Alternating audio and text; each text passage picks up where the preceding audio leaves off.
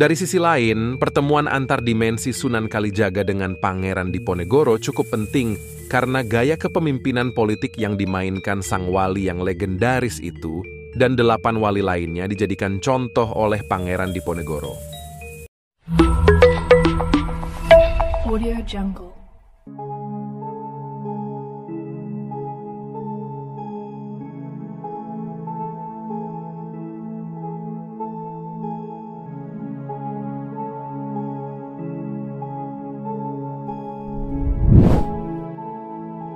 Pangeran Diponegoro konon kerap melakukan tindakan spiritual mendekatkan diri kepada Sang Pencipta dengan melakukan tirakat dan menyepi beberapa waktu untuk meditasi.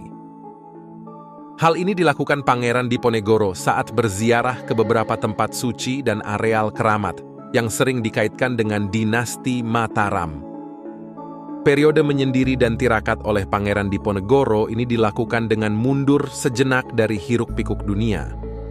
Hal ini layaknya seperti seseorang yang sedang mempersiapkan diri untuk melaksanakan suatu tugas khusus yang penting di masa depan.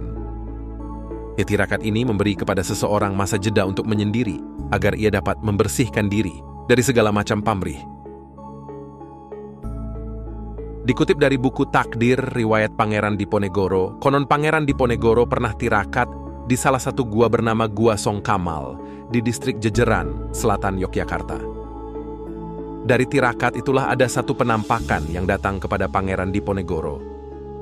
Penampakan itu ternyata Sunan Kalijaga. Sunan Kalijaga merupakan salah satu dari 9 wali Songo yang menampakkan diri dalam rupa seorang laki-laki yang wajahnya bersinar bagai bulan purnama. Sang Sunan Kalijaga menyatakan bahwa Diponegoro telah ditentukan Tuhan untuk menjadi raja di masa depan nanti. Setelah mengatakan demikian, konon penampakan itu langsung menghilang. Penampakan Sunan Kalijaga dan ramalannya bahwa Diponegoro bakal menjadi raja jelas sangat penting. Sang wali tak sekedar dihormati sebagai penasihat para raja di Jawa Tengah bagian selatan dan pelindung spiritual Mataram, tetapi cerita rakyat menjelaskan sebagai tokoh kunci Islamisasi di wilayah itu. Makam Sunan Kalijaga di Kadilangu, yang berdampingan dengan Masjid Agung Demak, masih dihormati oleh para raja Jawa sebagai 2 pusaka terpenting di tanah Jawa.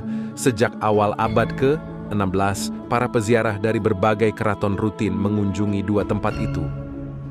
Pada sejarah perpolitikan Jawa, Sunan Kalijaga juga dilihat sebagai tokoh yang memimpin pembagian Jawa di Giyanti.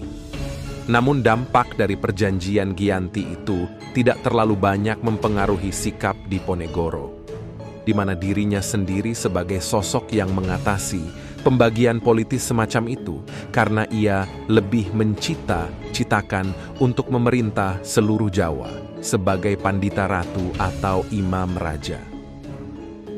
Dari sisi lain, pertemuan antar dimensi Sunan Kalijaga dengan Pangeran Diponegoro cukup penting karena gaya kepemimpinan politik yang dimainkan sang wali yang legendaris itu dan 8 wali lainnya dijadikan contoh oleh Pangeran Diponegoro.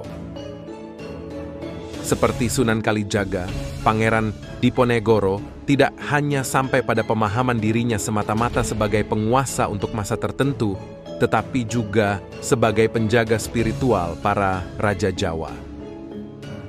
Penampakan Sunan Kalijaga ke mata Diponegoro seolah membantu melegitimasikan dan mendukung pemberontakan yang terjadi kemudian. Proses ini diperkuat lagi dengan gambaran mimpi Diponegoro.